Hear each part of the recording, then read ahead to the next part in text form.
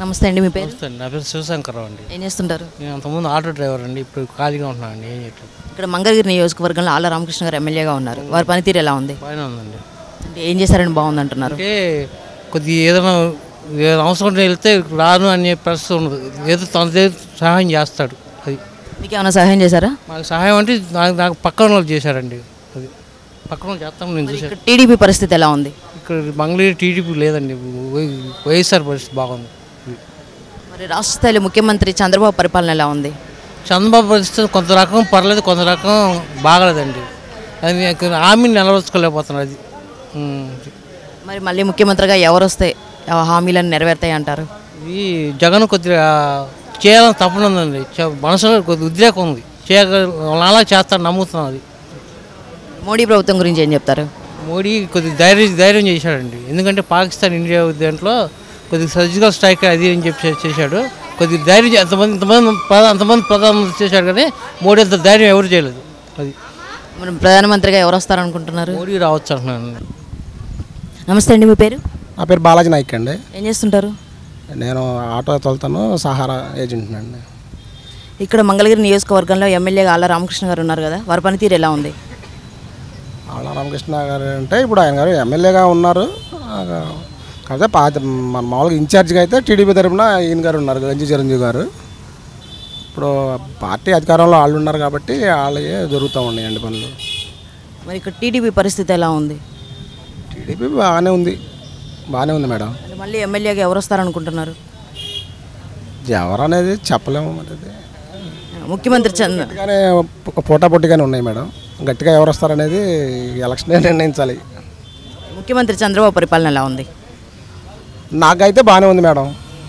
నాకుగా అంటే ఎవరి ఒపీనియన్ వాళ్ళది, పార్టీ పరంగా కాదులే. కానీ ఇప్పుడు మనం కొత్త రాజధానిగా మనం అంటే ఇప్పుడు హైదరాబాద్ నుంచి మనం ఇక్కడికి వచ్చేసాం కాబట్టి కొన్ని ఆయన చెప్పినవి కొన్ని చేశారు, కొన్ని చేయకపోవచ్చు. ఇప్పుడు ప్రతి ఒక్కళ్ళు వచ్చిన వాళ్ళందరూ అన్నీ చేయాలనేది చెప్తారు, కానీ అన్నీ చేయడం అనేది జరిగేది కాదు. దాదాపుగా ఈయన చెప్పినట్లు కొన్ని చేశారు కాబట్టి మేము ఇప్పుడు బాగానే ఉంది అనుకుంటున్నాం. మళ్ళీ ముఖ్యమంత్రిగా ప్రజలు ఎవరిని గెలిపిస్తారు అనుకుంటున్నారు? అది ఆయన గారు చేసిన పనులు జనానికి కొంతమందికి నచ్చుతాయి, కొంతమందికి నచ్చకపోవచ్చు మేడం. అంటే ఇప్పుడు అధికార పార్టీలో ఉన్నారు కాబట్టి ఇప్పుడు వాళ్ళు చేశాము అని చెప్పి వాళ్ళు చెప్తున్నారు, కొన్ని చేశారు కూడా కళ్ళకు కూడా కనపడుతున్నాయి. అనధికారంగా పార్టీ వాళ్ళు ఏంటంటే ఇప్పుడు వాళ్ళు దాని మీద అభిమానంతో వీళ్ళని చిన్నటిని కూడా ఎత్తి చూపెడతా ఉంటారు. అది సహజం, ఏ పార్టీ వాళ్ళు ఉన్నా కూడా అది సహజంగా జరిగేది. మోడీ ప్రభుత్వం ఎలా ఉందంటారు? మోడీ ప్రభుత్వం అయితే పర్లేదు అంటే ఇప్పుడు మనకి ఆయన చెప్పినన్ని ఆయన కూడా చేయలేదు హామీలు మనకి. కాబట్టి ఇక మోడీ గారిని ఈసారి రానివ్వరు అనుకుంటున్నాం అందరం, మోడీ గారి ప్రభుత్వం. ఓకే, థ్యాంక్ యూ అండి. మీ పేరు? నా పేరు పద్మ అండి. ఏం చేస్తుంటారు? నేను హెల్త్ డిపార్ట్మెంట్లో జాబ్ చేస్తాను. ఇక్కడ మంగళగిరిలోనేనా? లేదండి, మాది అనంతపూర్ డిస్టిక్. ఇప్పుడు ముఖ్యమంత్రిగా చంద్రబాబు పరిపాలన ఎలా ఉంది? బాగుందండి. ఇక్కడ ఆయన వచ్చాక కొంచెం బాగుంది ఇప్పుడు పరిపాలన. అయితే ఏమంటే అవినీతి కొంచెం బాగా తగ్గింది అనిపిస్తుంది. ఎందుకంటే లంచాలు అట్లా తీసుకోవడము, తర్వాత ఎంప్లాయీస్లో కూడా కొంచెం బాధ్యత అనేది పెరిగింది. బాగుందండి, ఆయన పరిపాలన అయితే బాగుంది. ముఖ్యమంత్రిగా మళ్ళీ ఎవరు వస్తారనుకుంటున్నారు? నేనైతే ఇప్పుడు ఆయన చేసే పథకాలు మాకు 20% ఐఆర్ ఇచ్చారు ఇప్పుడు. తర్వాత మంచి పిఆర్సీ కూడా ఇస్తానన్నారు ఎంప్లాయీస్కి. ఇప్పుడు పెరుగుతున్న ధరలను బట్టి మంచి పిఆర్సీ కూడా ఇస్తానన్నారు ఎంప్లాయీస్కి. తర్వాత రైతులకి రాయితీగా డబ్బులు ఇవ్వడము, మహిళ పసుపు కుంకుమ ఇవ్వడము, తర్వాత నిరుద్యోగ భృతి, ఇవన్నీ బాగా చేశాడు. మళ్ళీ చంద్రబాబు నాయుడు వస్తే బాగుంటుందని నా అభిప్రాయం అండి. మోడీ ప్రభుత్వం ఎలా ఉందంటారు? మోడీ ప్రభుత్వం అయితే నాకేం నచ్చలేదండి. నా అభిప్రాయం ప్రకారము ఆయనేది నచ్చలేదు నాకు. ఎందుకు నచ్చలేదు? ఎందుకు నచ్చలేదంటే ఇప్పుడు ఈ 4 ఏళ్లలో ఆయన ఏం చేసింది ఏం లేదు. అంటే మనకు ఈ రాజధానిలో కానీ మనకి రావాల్సినటువంటి డబ్బులు, తర్వాత అమరావతి నిర్మాణానికి ఇస్తానన్నారు, దాన్ని కూడా మొండి చేశారు. తర్వాత పోలవరం ప్రాజెక్టుకి సరిగ్గా మనం డబ్బులు ఇవ్వలేదు. మొత్తానికి మన ఆంధ్రప్రదేశ్కి ఎలాంటి ప్రత్యేక హోదా ఈకున్న దానికి ఇది ఇస్తానన్నారు ఉత్తరం అంటే. మరి మళ్ళీ ప్రధానిగా ఎవరు వస్తే బాగుంటుంది? నాకు రాహుల్ గాంధీ వస్తే బాగుంటుంది అనిపిస్తుందండి. రాహుల్ గాంధీ వస్తే ఇవన్నీ చేస్తారా, ప్రత్యేక హోదా లాంటివి? ప్రత్యేక హోదా ఇస్తానని చెప్పారు. రాహుల్ గాంధీ వస్తే రాష్ట్రానికి ప్రత్యేక హోదా ఇస్తాను, ప్రత్యేక రాయితీ కూడా ఇస్తాము అని చెప్పినారు. తర్వాత రైతులకు కూడా బాగా చేస్తామని చెప్పారు. నాకైతే నా అభిప్రాయం ప్రకారము రాహుల్ గాంధీ వస్తే బాగుంటుందని అనుకుంటున్నాను. Okay, thank you madam. నమస్తే మేడం, నా పేరు జీ సురేష్ బాబు. ఏం చేస్తుంటారు? నేను డిపార్ట్మెంట్లో పోస్ట్ మ్యాన్గా పనిచేస్తాను. ఇక్కడేనా? మంగళగిరి. ఇక్కడ మంగళగిరి నియోజకవర్గంలో ఎమ్మెల్యేగా ఆళ్ళ రామకృష్ణ గారు ఉన్నారు కదా, వారి పనితీరు ఎలా ఉంది? వాళ్ళ పార్టీ అంటే ఇప్పుడు మొన్నటిదాకా అయితే బాగానే ఉందండి. ఇప్పుడైతే నిల్లు మేడం.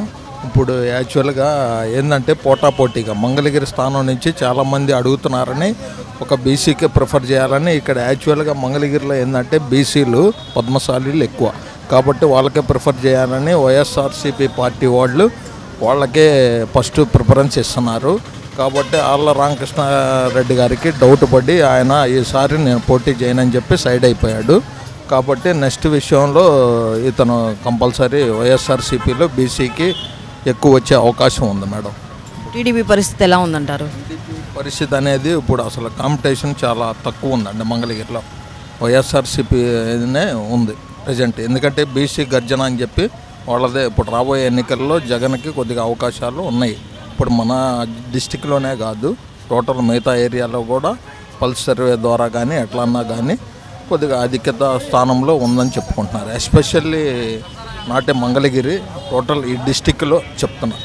ముఖ్యమంత్రి చంద్రబాబు పరిపాలన ఎలా ఉందంటారు? చంద్రబాబు నాయుడు గారి పరిపాలన అయితే ఇప్పటి వరకు చాలా బాగానే ఉంది. అది కంటిన్యూ చేస్తారని చెప్పి హోప్ ఉంది చాలామంది ప్రజల్లో. కానీ ఇప్పుడు ఏంటంటే వాళ్ళు ఎక్కువ ఆశ చూపిస్తున్నారు. ప్రతిపక్ష నాయకులు ఏంటంటే ఇంకా మాకు ఛాన్స్ దొరికితే ఇంకా మేము అది ఒక్కసారి ఛాన్స్ ఇస్తే చాలు అనే లెక్కలో వాళ్ళు కొంచెం పోరాటం చేస్తున్నారు. ఆ పోరాటాన్ని ఎంతవరకు అనేది ప్రజల్లో లాస్ట్ మినిట్ దాకా అప్పుడు హెవీ కాంపిటీషన్ ఉంది. టోటల్ ప్రతిపక్షంగా కానీ ఇప్పుడు రన్నింగ్ పార్టీ కానీ ఫుల్ కాంపిటీషన్ ఉంది. లాస్ట్ మినిట్ దాకా ఏం చెప్పలేము మేడం ఇప్పుడు ఉన్న పరిస్థితిని బట్టి. ఎస్పెషల్లీ మంగళగిరిలో అయితే కొంచెం వైఎస్ఆర్సీపీ, ఎందుకంటే ఇక్కడ బీసీలు ప్లస్ ఎస్సీ ఎస్టీ కూడా పాపులేషన్ ఎక్కువ. మరి ముఖ్యమంత్రిగా ప్రజలు మళ్ళీ ఎవరిని ఎన్నుకుంటారంటారు? నిజంగా పనిచేసే వాళ్ళనే చూస్తారు మేడం ఫస్ట్ ప్రిఫరెన్స్. కానీ ఇప్పుడు ఈవ్ టీజ్ అని చెప్పి డైవర్ట్ అవుతుంది కదా కమ్యూనికేషన్స్. ఇప్పుడు ఏమిటంటే ఈవ్ టీజింగ్ 18 to 20 years లోపల 10 lakhs ఓట్లు ఉన్నాయి. ఆ 10 lakhs అనేది ఎటు వేస్తారనేది ఇప్పుడు సినీ ఫీల్డ్లో ఏంటంటే పవన్ కళ్యాణ్ ఒక స్టెప్ లాస్ట్ కూడా బీజేపీతో పొత్తు పెట్టుకున్నాడు కాబట్టి గెలిచింది. ఇప్పుడు సినీ ఫీల్డ్లో కూడా కుర్రోళ్ళు ఇప్పుడు అమ్మాయిలే కావచ్చు అబ్బాయిలే కావచ్చు ఎవరైనా ఈవ్ టీజింగ్ పవన్ కళ్యాణ్ ఆ ఈవ్ టీజర్స్ ఓట్లు అనేవి కొన్ని పవన్ కళ్యాణ్కి వెళ్ళే ఛాన్సెస్ ఉన్నాయి మేడం. ఇప్పుడున్న ఈ ట్రెండ్ ప్రకారం లాస్ట్ మినిట్ దాకా ఏ పార్టీ అనేది చెప్పలేం మేడం. యాజ్ ఏ కాన్ఫిడెన్స్ అది రెగ్యులర్గా చెప్తున్నాను, నేను ఒక అఫీషియల్ మనిషిని. అది మోడీ ప్రభుత్వం ఎలా ఉంది? మోడీ ప్రభుత్వం అయితే మన ఏపీ ఎస్పెషల్లీ ఇప్పుడు తెలంగాణలో కూడా చాలా ఇది ఫండ్స్ ఇవ్వాల్సినవి కూడా ఆపేశాడు. కాబట్టి ఈ తెలుగు రాష్ట్రాల్లో అనేది గెలుస్తాడని గ్యారంటీ లేదు. మిగతా స్టేట్స్లో అనేది మోడీకి వచ్చే ఛాన్సెస్ ఉన్నాయి. ఈ తెలుగు రాష్ట్రాల్లో అనేది చాలా తక్కువ పర్సంటేజ్ ఉంది. అతను గెలుస్తాడా గెలవడా అనేది చాలా తక్కువ ఛాన్సెస్ ఉన్నాయి. బీజేపీ గవర్నమెంట్ ఎస్పెషల్లీ కరెన్సీ ఉంది. కరెన్సీ వల్ల ఇప్పుడే 2000 నోట్లు విడుదల చేశారు. Even banks or post offices, ఆ పోస్ట్ ఆఫీసుల్లో బ్యాంకుల్లోనే డబ్బులు ఆ 2000 నోట్లు అసలు 1000 నోటు పెద్ద నోటే తీసేసి 2000 అంతకన్నా పెద్ద నోటు విడుదల చేయడం జరిగింది. కాబట్టి అవి ఇంకా మూలుగుతున్నాయి మేడం. ఆ కరెన్సీ అనేది ఎవరి వల్ల కావట్లేదు. అది ఏదో టైట్ చేద్దామని చేశాడు మోడీ గారు, కానీ అది కరెక్ట్ సిచ్యువేషన్ ఇంకా అమల్లోకి అయితే even banks RBI reserve bank of ఇండియాలోనే చాలామంది అనుకుంటున్నారు.